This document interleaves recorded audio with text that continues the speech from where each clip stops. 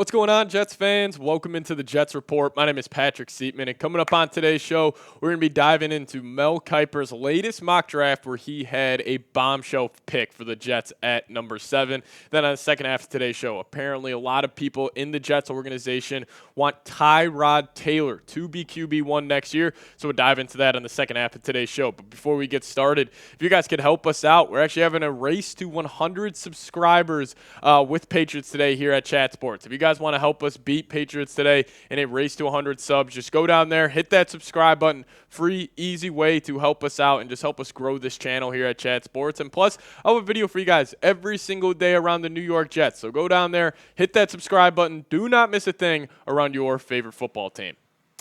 All right, let's dive into Mel Kiper's mock draft here. So we had Abdul Carter going number 1 overall. A lot of steam for the Penn State edge rusher to be the first pick in the 2025 NFL draft. But then he had the first quarterback being taken with Cam Ward out of Miami, going to the Cleveland Browns at the second selection. And then Travis Hunter went to the New York Giants, assuming the Giants will make a move on either Darnold or Stafford in the offseason. So they wouldn't have a need for a quarterback. So they went the wide receiver cornerback combo, Travis Hunter. But then it kicks it to the New England Patriots at pick number 4. They went Will Campbell. No shocker there. They're going to try to target an offensive lineman. Then Mason Graham. He's been mocked to the Jacksonville Jaguars a whole lot at pick number 5. But the biggest shocker in Mel's mock draft is Ashton Jeanty going number 6 overall to the Las Vegas Raiders, assuming they pick up a quarterback in free agency, so they don't have a need at that position. Maybe they go running back at pick number 6. But the biggest shocker here is round 1, pick number 7. The New York Jets draft Colorado quarterback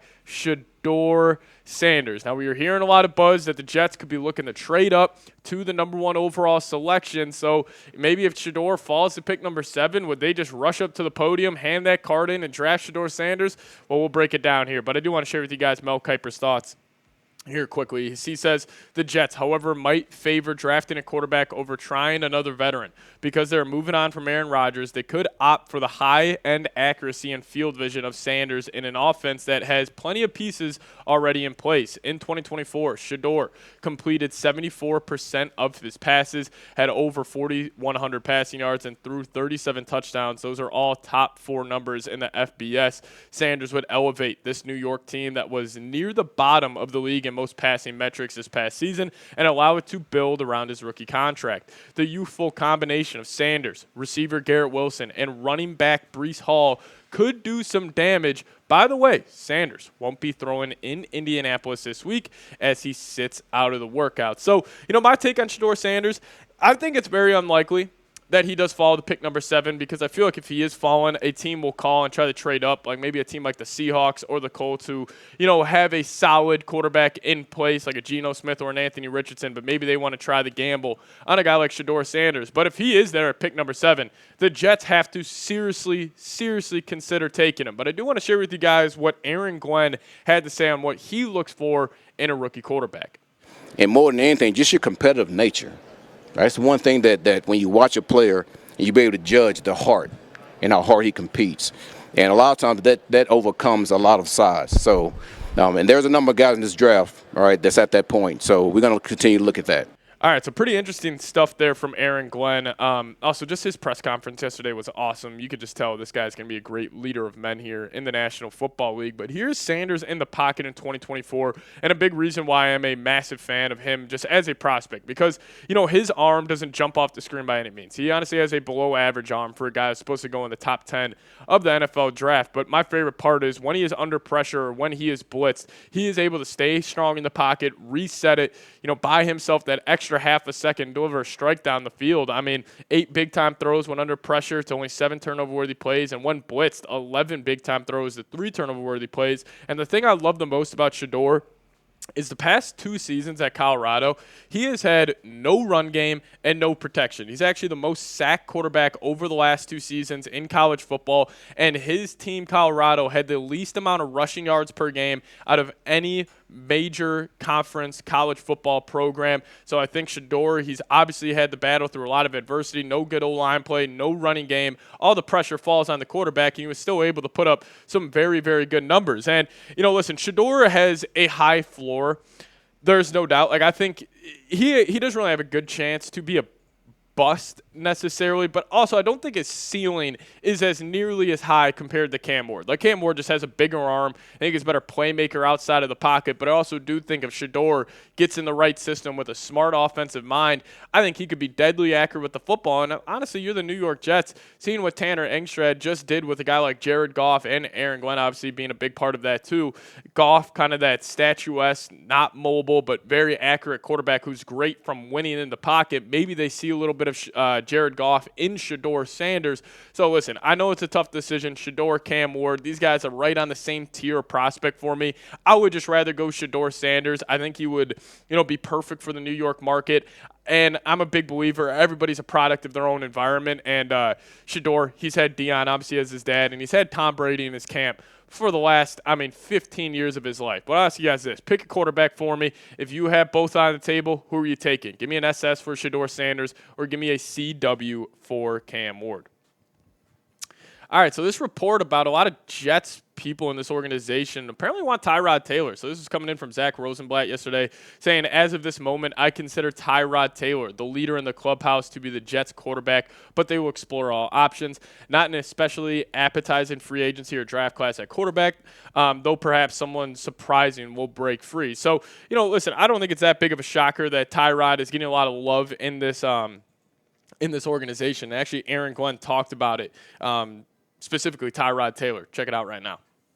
Listen, Tyrod's a good player. We know that. I think he's won almost 50% of his games. So he's a guy that's been around this league for a long time. So to answer that question, it's hard to because the draft for free agents haven't came yet.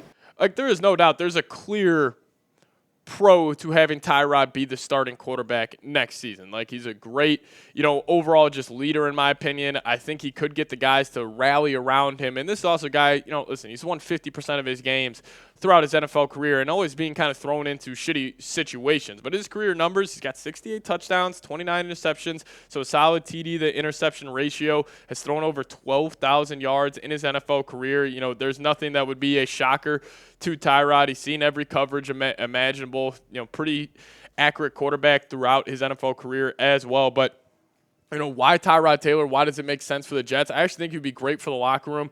Like, I feel like this is a guy when he's breaking down the huddle and he's talking to his teammates, like, they could rally around him, especially, these younger cats like Sauce Gardner, Quinnen Williams. Maybe they don't think, we could go win a Super Bowl with Tyrod Taylor, but we could definitely go win some games. And he would also offer the Jets some stability. Like, I think the Jets are in a position where they don't need to swing big this offseason for a quarterback. Considering Tyrod, he will be just a stable enough option to at least get you to, if you have a successful season. Like, Tyrod can run off a 7, 8, 9, 10 win season if all goes well. And he's also a solid bridge quarterback option. Like, maybe it's not this year you go try to get that rookie, but you have a guy who can kind of stabilize this organization, stabilize this team, have a really feisty 7-10 New York Jets team, get a culture built there, and then maybe you go hand the reins off to another guy in next year's class. But Tyrod was talking about potentially being the Jets starting quarterback and just how his body feels, and he said, I feel great. My body feels great. My arm feels amazing as well. If the opportunity presents itself, I welcome it gladly. I know what I'm capable of doing in this league, and I have shown it time in and time out. My body still feels fresh, and right now I'm currently training for this upcoming season. I'm sure Tyrod wants to be the starting quarterback for the Jets. He's never really had a chance in his NFL career where it's like, hey, Tyrod, you're QB1 heading into the season. But the big question is with Tyrod, can he get the fans and the players to buy in? Like, if Jets fans and Jets players in that locker room, if it is Tyrod being QB1, like, can he kind of spark a, just a hopeful feeling amongst Jets fans and Jets players? I have a question mark on that. I would think he could,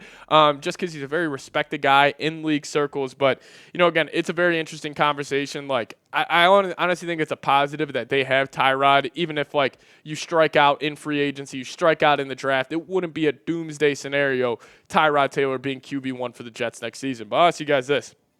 Do you want Tyrod Taylor as QB1? Let me know your thoughts down below in the comments section. Give me a Y for yes or give me an N for no if you guys would be cool with Tyrod Taylor being QB1 for the New York Jets. Now, if you guys also want to hit me up on Twitter, I'm talking about the NFL and the Jets all offseason long. So hit me up right there at Pat Siepman, the Twitter handle. And we'll see you guys next time. As always, go Jets.